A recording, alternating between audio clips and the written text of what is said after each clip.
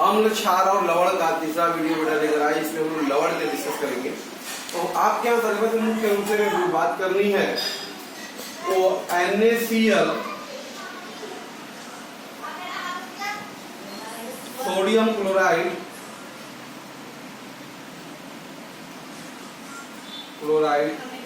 या इसको साधारण नमक कहते हैं।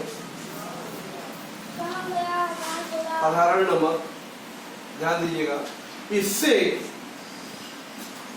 हमें निम्न रसायन प्राप्त होते हैं। बहुत ही इंपॉर्टेंट लवण है, साधारण लवण है सोडियम क्लोराइड NaCl, जिससे हमको कई तरह के रसायन प्राप्त होते हैं। इसमें खास तौर पे हमारे पास बेटा है सोडियम हाइड्रोक्साइड,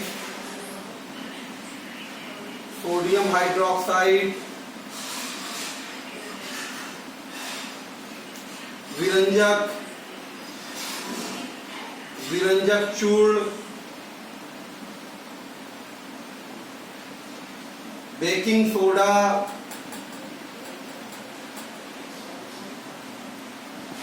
धावन सोडा,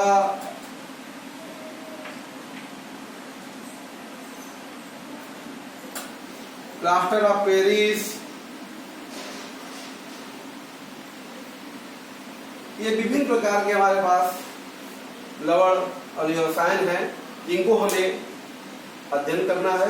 आइए सबसे पहले हम जो डिस्कस करेंगे बेटा वो सोडियम हाइड्रोक्साइड के बारे में डिस्कस करेंगे। Okay, sodium hydroxide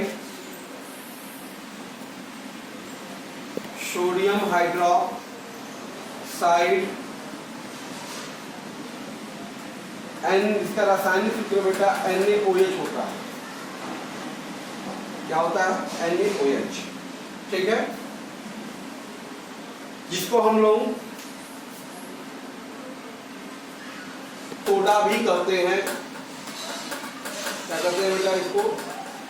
caustic soda. Sodium hydroxide क्या कहते हैं? कास्टिक सोडा के नाम से भी जानते हैं, बाकी जान दीजिएगा। होता क्या है, जब सोडियम क्लोराइड के जलीय विलयन में विद्युत धारा प्रवाहित की जाती है,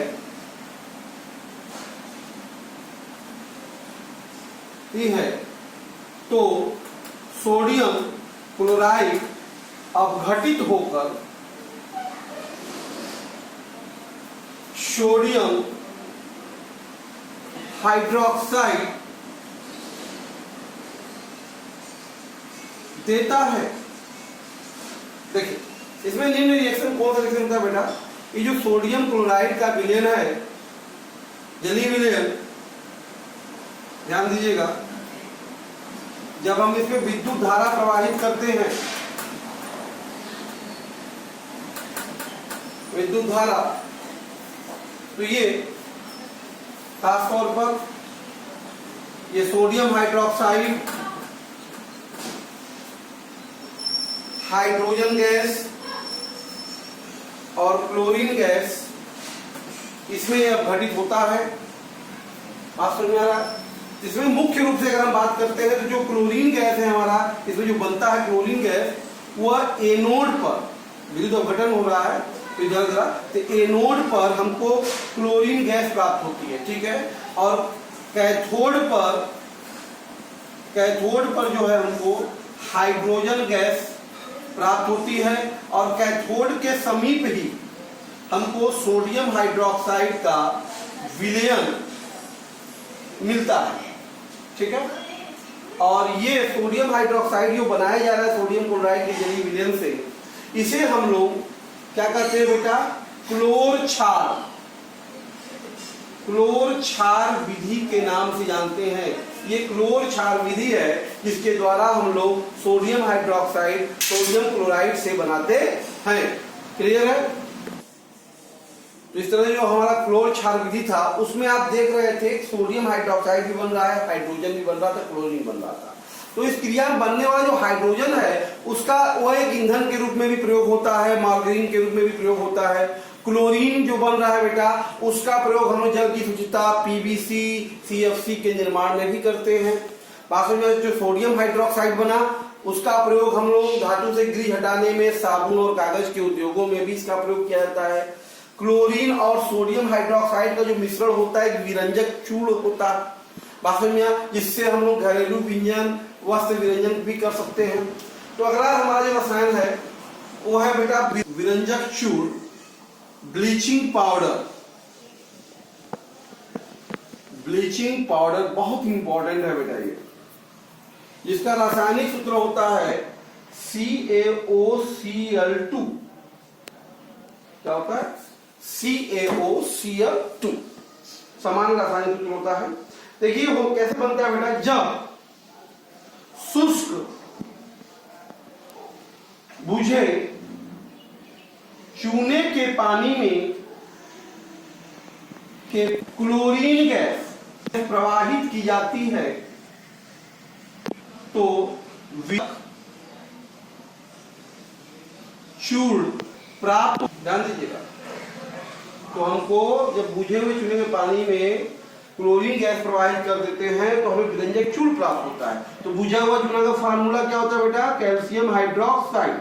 ये बुझा हुआ चूना है, ठीक है, ये बुझा हुआ चूना है, ठीक है। इसमें जब हम लोग क्लोरीन गैस प्रवाहित कराते हैं तो ध्यान दीजिएगा, ये हमको CaOCl2 विरंजक चूर्ण और प्लस H2O, ये विरंजक चूर्ण है, ठीक है। इस तरीके से हम लोग विरंजक चूर्ण बनाते हैं।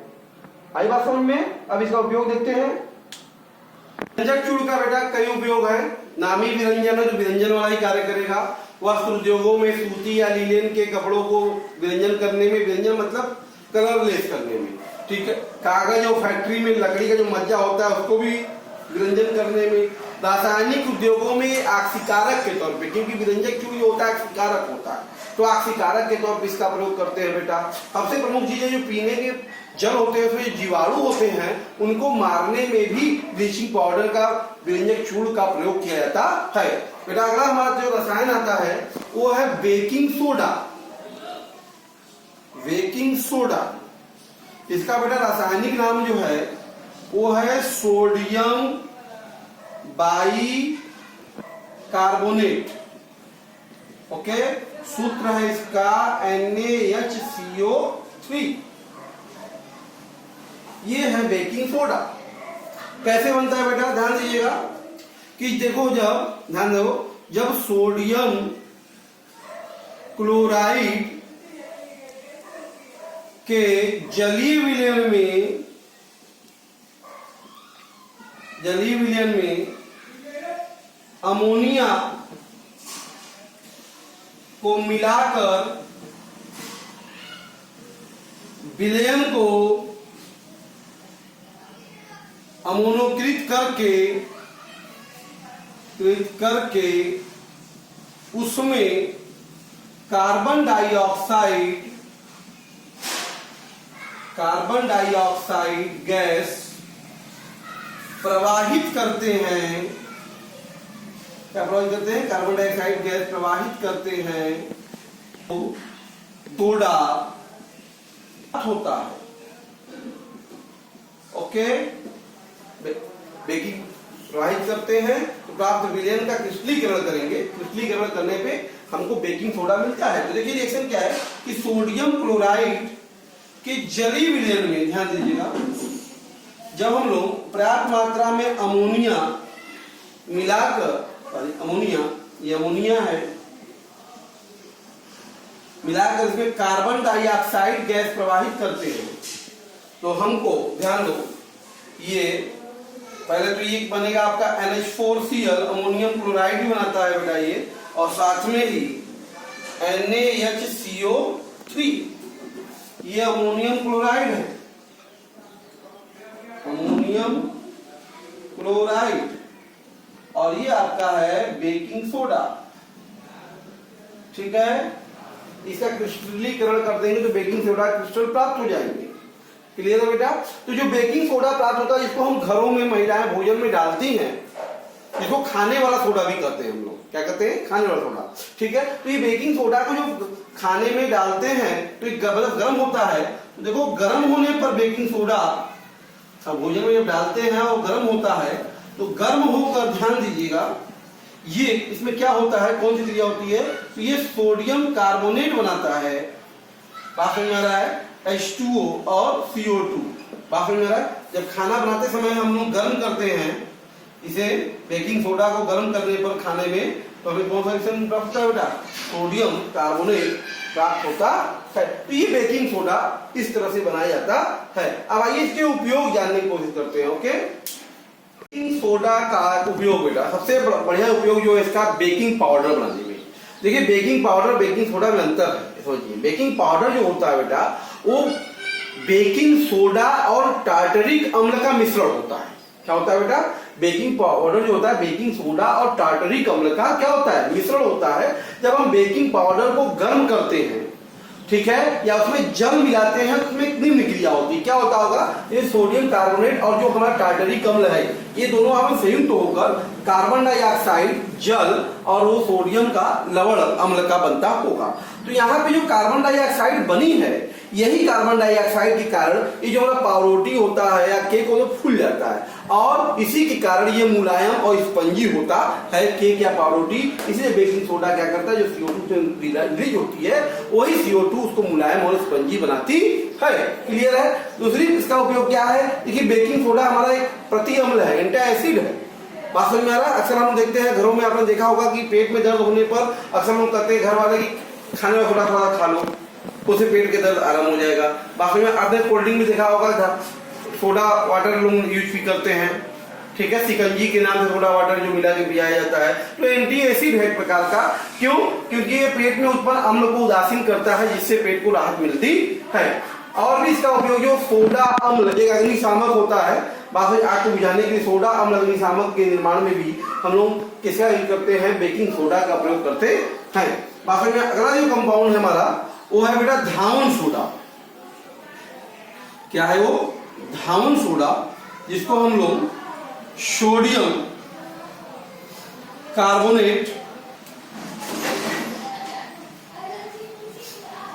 सोडियम हाइड्रेटेड सोडियम कार्बोनेट है ये बेटा, हाइड्रेटेड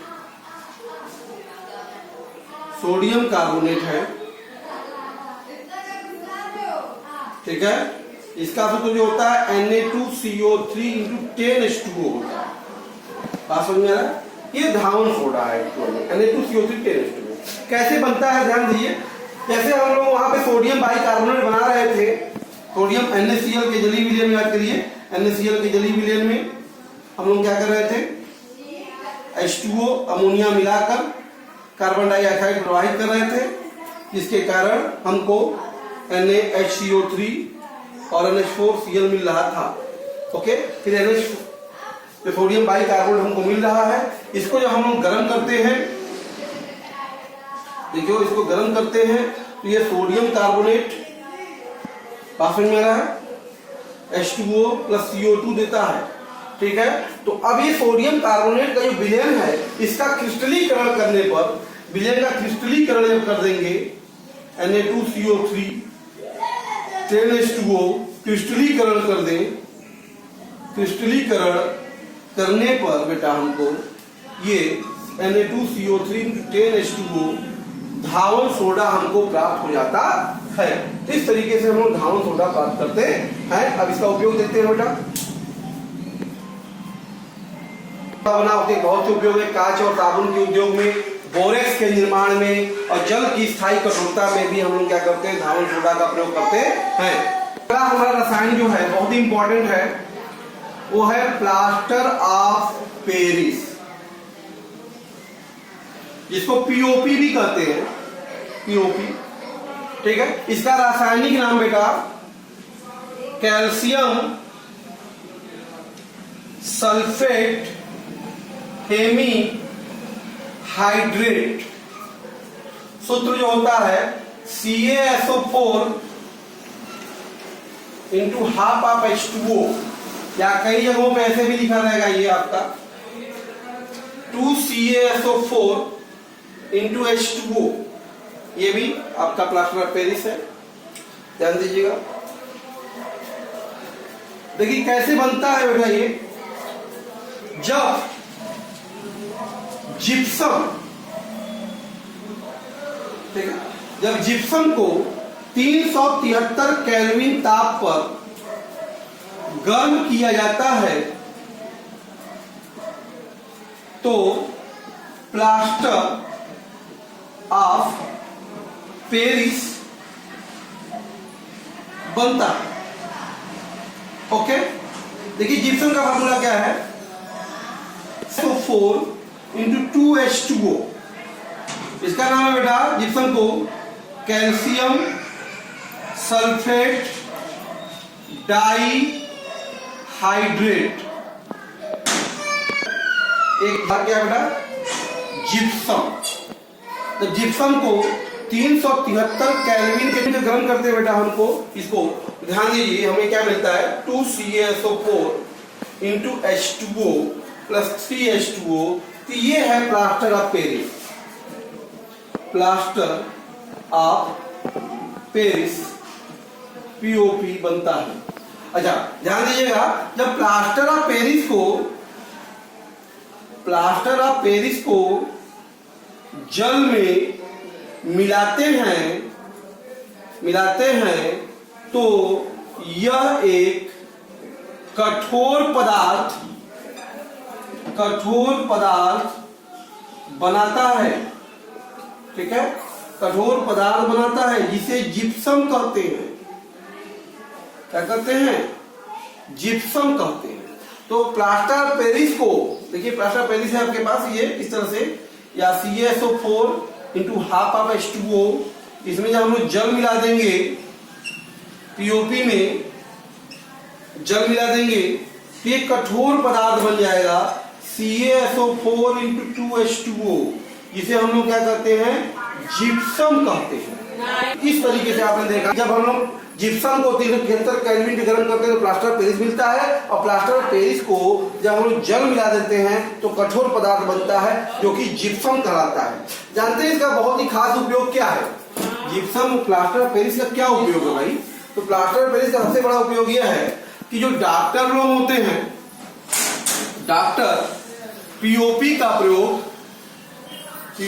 प्रयोग जो है हड्डियों को स्थान पर स्थिर रखने के लिए करते हैं। इसका मतलब जो हम लोग कहते हैं ना, प्लास्टर लगवा लीजिए। प्लास्टर लगवाने का क्या होता है, जो POP पानी में घोल के लगाया जाता है, जिप्सम में बदल जाता है, हार्ड हो जाता है, उसी को प्लास्टर कहते हैं। दूसरा चीज क्या है, बहुत से आपने देखे होंगे खिलौने वगैरह के बनाने में, मूर्तियों के निर्माण प्लास्टर पेरिस होता है। आजकल घरों में फैशन हो गया POP कराने का, आपने देखा होगा लोग POP कराते हैं दीवार को, सतह को चिकना जो किया जाता है, चिकना करने में, मतलब POP करने में इसका प्रयोग किया जाता है। तो बेटा ये था हमारा लवण, ये विभिन्न प्रकार के लवण का हम लोगों ने अध्ययन किया, ठीक है। क्वेश्चन दिया हुआ है, CaOCl2 यौगिक का प्रचलित नाम क्या है? सबको पता है इसका नाम क्या होता है, विरंजक चूर्ण। क्या है बेटा, ये विरंजक चूर्ण है। ये इसका आंसर होगा, CaCl2 क्या कहते हैं, विरंजक चूर्ण कहते हैं। अगला क्वेश्चन कर रहा है बेटा आपसे कि उस पदार्थ का नाम बताइए जो क्लोरीन से क्रिया करके विरंजक चूर्ण बनाता है। तो कौन सा पदार्थ क्लोरीन से क्रिया करके विरंजक चूर्ण बनाता है भाई? क्या बनाता है, बूझा हुआ चूने का पानी, मतलब कैल्शियम हाइड्रोक्साइड। तो वह पदार्थ कौन सा है, बुझा हुआ चूने का पानी, जो क्लोरीन की क्रिया करके क्या करता है, विरंजक चूर्ण बनाता है। फिर आपसे कह रहा कोई मिनरल है जो लाल लिटमस को नीला कर देता है, तो क्या संभवतः पीएच आपको पता है ना, जो लाल लिटमस को नीला करता है उसे क्या कहते हैं, क्षार। और क्षार का पीएच क्या होता है, 7 से अधिक होता है। तो 7 से अधिक क्या है बेटा इसमें, 10, इसलिए इसका आंसर क्या होगा, बी वाला 10 होगा। क्लियर। अगला क्वेश्चन क्या है बेटा, तेरा कोई विलयन अंडे के पिसे हुए कवच से अभिक्रिया करके एक गैस उत्पन्न करता है, ठीक है। तो वो गैस चूने के पानी को दूधिया कर, तो चूने के पानी को दूधिया कौन करेगा भाई? कार्बन डाइऑक्साइड करेगा। चूने के पानी दूधिया कौन करेगा? तो गैस कौन सा होगा? Carbon dioxide. ठीक है, तो कार्बन डाइऑक्साइड कहाँ बनता है? आपको पता है ना कि जब अम्ल की क्रिया कार्बोनेट से कराते हैं, बाइकार्बोनेट से कराते हैं, तब कार्बन डाइऑक्साइड बनता है। तो निश्चित तौर पे वो विलयन किसका होगा? अम्ल का होगा। तो विलयन किसका होगा? अम्ल का होगा। इस सभी में बताइए अम्ल कौन है? HCl एक अम्ल है। तो हमारा सही आंसर क्या होगा? HCl होगा वो विलयन। बात समझ में आ रहा है ना? जिससे अंडे के पीछे हुए कवच से क्रिया कराने में जो गैस उत्पन्न होगा वो चूने के पानी में क्या कर देगा? दूधिया कर देगा। क्लियर है बेटा? निम्न अभिक्रियाओं के लिए शब्द समीकरण लिख के संतुलित करना है। तो पहला देखते हैं बेटा क्या कर रहा है। तनु सल्फ्यूरिक अम्ल, सल्फ्यूरिक अम्ल सूत्र क्या होता है बेटा? H2SO4। ये किससे क्रिया कर रहा है? दानेदार जिंक से क्रिया किया। तो जिंक से जो क्रिया करेगा बताइए क्या करेगा भाई? तो ये अम्ल का धातु से क्रिया करेगा तो लवण बनेगा ना, ZnSO4 और हाइड्रोजन गैस को विस्थापित कर देगा। तो क्रिया करता है तो ये हमको जिंक सल्फेट और हाइड्रोजन गैस बेटा मिलता है। और संतुलित है कि नहीं भाई? ऑलरेडी ये समीकरण क्या है हमारा? संतुलित है। दूसरा देखते हैं बेटा क्या कर रहा है। तनु हाइड्रोक्लोरिक अम्ल HCl है, इसकी क्रिया मैग्नीशियम से करा दी गई। तो बताइए अम्ल भाई क्रिया करेगा तो लवण बनाएगा मैग्नीशियम MgCl2 और हाइड्रोजन गैस ही देगा। संतुलित करना है इसको तो क्या करेंगे भाई? 2 क्लोरीन है तो 2 HCl कर दीजिए ना। 2 HCl की क्रिया जब Mg से करा देंगे तो ये MgCl2 प्लस H2, तो ये हाइड्रोजन गैस बनता है। ये क्रिया हमारी क्या हो गई बेटा? संतुलित हो गई। इसी प्रकार से तीसरा कर रहा है सल्फ्यूरिक अम्ल H2SO4, किससे क्रिया कर रहा है बेटा? एल्युमिनियम से। तो एल्युमिनियम से जब क्रिया करेगा तो एल्युमिनियम का लवण क्या होता है बताइए? Al2SO4 ट्राई, और क्या बनेगा? हाइड्रोजन। तो देखो बैलेंस करने के लिए क्या करेगा? 2 एल्युमिनियम है तो 2 एल्युमिनियम करना पड़ेगा, और 3 SO4 है तो 3 H2SO4 करना पड़ेगा। तो ये हमारा Al2SO4 थ्राइस हो गया, हाइड्रोजन 3 हो गया, 3 H2। तो देखिए हमारा समीकरण क्या हो गया? संतुलित हो गया। क्लियर है? चौथा बेटा क्या पूछ रहा है कि तनु हाइड्रोक्लोरिक अम्ल HCl है, इसकी क्रिया किससे करा दीजिए? लौह से, मतलब आयरन से। तो लवण इसका क्या होगा बेटा? FeCl3 होगा, और क्या बनेगा? हाइड्रोजन गैस बनेगा। इसको संतुलित करना है तो क्या करिए? 2 आयरन कर दीजिए। 2 आयरन करेंगे बेटा तो 2FeCl3 बन जाएगा। 6 क्लोरीन हो गया तो क्या करना पड़ेगा? 6 HCl करेंगे। 6 HCl है तो क्या होगा? हाइड्रोजन 3H2 होगा। इस तरीके से इस अभिक्रिया जो हमारा दिया हुआ था उनके समीकरणों को लिखकर हम उसको इस तरह से संतुलित कर सकते हैं। ये सभी अभिक्रियाएं धातु की अम्ल के साथ दी हुई अभिक्रिया का उदाहरण था। क्लियर?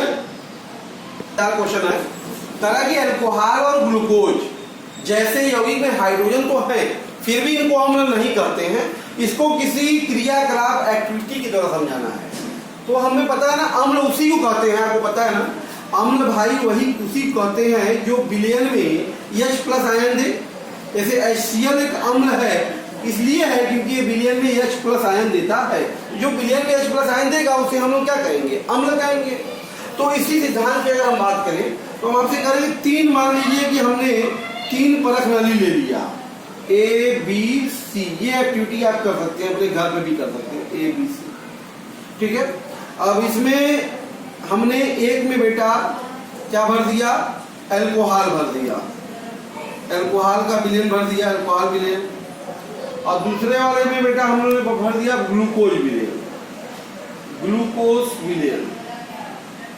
और तीसरे वाले में मान लीजिए हम लोगों ने HCl विलयन भर दिया, ठीक। उसके बाद हमने क्या किया? इनमें 2-2 धातु के प्लेट लगा दिए, 2 धातु के प्लेट लगा दिए, ओके। अब इन धातु के प्लेटों को एक 6 वोल्ट की बैटरी से, दोनों को एक 6 वोल्ट की बैटरी से, एक 6 वोल्ट की बैटरी से जोड़ दिया, और साथ में ही उसके मार्ग में एक बल्ब लगा दिया, और ऐसे लाके इनको सर्किट के अनुसार, चित्रानुसार ऐसे इनको एक बल्ब लगा के सर्किट के अनुसार इनको जोड़ दिया, बैटरी लाकर ऐसे विलयन करके जोड़ दिया। तो हमने देखा जैसे ही हमने सर्किट जोड़ा तो हमने देखा जो अल्कोहल वाला विलेन है उसका बल्ब नहीं जला।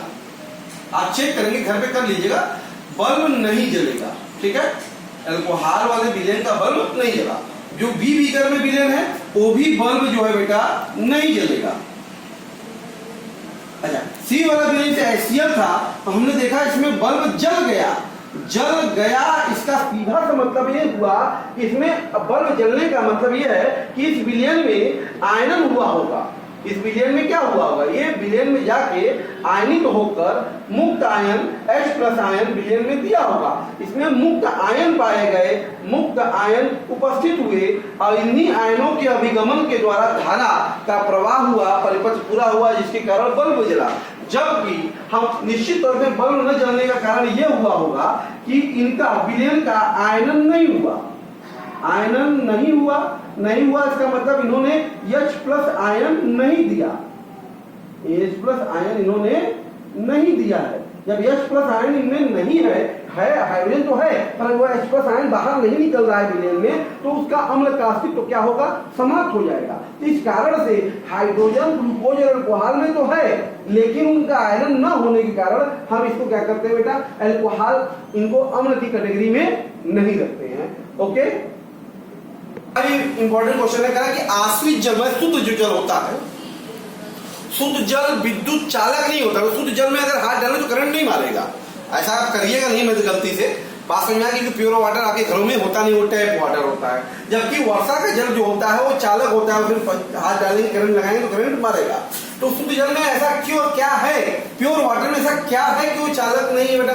क्योंकि जानिए आप कि आश्रित जो जल, शुद्ध जल जो होता है उसमें बेटा जो ये हाइड्रोजन आयन जो है इनका सांद्रता H+ आयन की सांद्रता OH- आयन की सांद्रता दोनों ही बराबर होती है।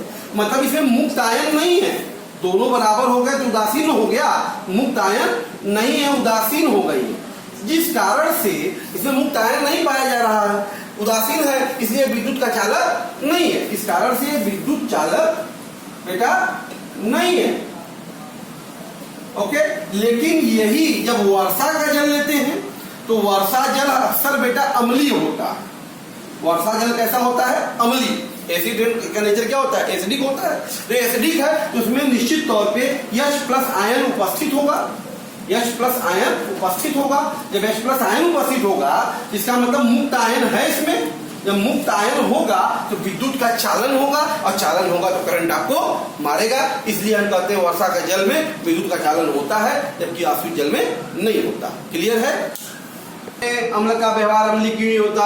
तो सीधी सी बात है भाई, जल की अनुपस्थिति में कभी तो जल अगर नहीं होगा, अगर अम्ल भाई अम्ल एक्वस में जली विलयन में ना H+ और Cl- हाइड्रोजन देता है, लेकिन अगर जल नहीं है तो आयनन नहीं होगा, आयनन नहीं होगा। जब आयनन नहीं होगा तो हाइड्रोजन आयन नहीं मिलेंगे, मुक्त आयन नहीं मिलेंगे, तो उसका अम्लीय व्यवहार नहीं होगा। ऐसे कई क्वेश्चन आपके एनसीईआरटी में और भी दिया हुआ है बेटा। उसमें एक क्वेश्चन और दिया है आपके यहाँ, करा कि दो विलेन है, ए और बी, बीकर है, परखनली है, ए और बी है, इसमें दोनों में एक मैग्नीशियम की प्लेट डाल दी गई है, दोनों में एक में समान सांद्रता का HCl, एक में समान सांद्रता का एसिटिक अम्ल भर दिया गया। तो कह रहा किसमें ज्यादा हाइड्रोजन गैस निकलेगा, बुदबुदाहट ज्यादा निकलेगी। तो सीधी सी बात है, जिसका जो अधिक अम्लीय होगा उसका आयनन अधिक होगा। तो अधिक अम्लीय कौन है हमारा, HCl। डेफिनेटली हमारा टेस्ट ट्यूब ए जो होगा उसमें हाइड्रोजन गैस या बुदबुदाहट अधिक तेजी से निकलती होगी। एक क्वेश्चन आपके यहाँ और भी है, वो कहता है कि जो साधारण ताजा दूध है, ताजा जो दूध होता है उसका pH 6 होता है, पर दही बनने में pH का प्रभाव क्या होगा? भाई जब दही बनेगा, दूध से दही, तो निश्चित तौर पे दही क्या होता है, खट्टा होता है, मतलब वो अम्लीय हो जाएगा। तो निश्चित तौर पे pH क्या होगा, घटने लगेगा। pH क्या होगा, 6 से कम होने लगेगा। इस तरह के बहुत से क्वेश्चन हैं आपके एनसीईआरटी के। इस तरह से हमने आपके सामने अम्ल, क्षार और लवण का जो लेसन यूनिट हमारा चल रहा था वो कंप्लीट हुआ। इस पे और भी प्रॉब्लम आप करिए, उससे और कोई समस्या होगी कमेंट में आप नीचे अपने क्वेश्चन पूछ सकते हैं हमसे, हम आप उसका सोल्यूशन जरूर देंगे। क्लियर? वीडियो अच्छा लगा लाइक कीजिए, सब्सक्राइब कीजिए। Okay, thank you.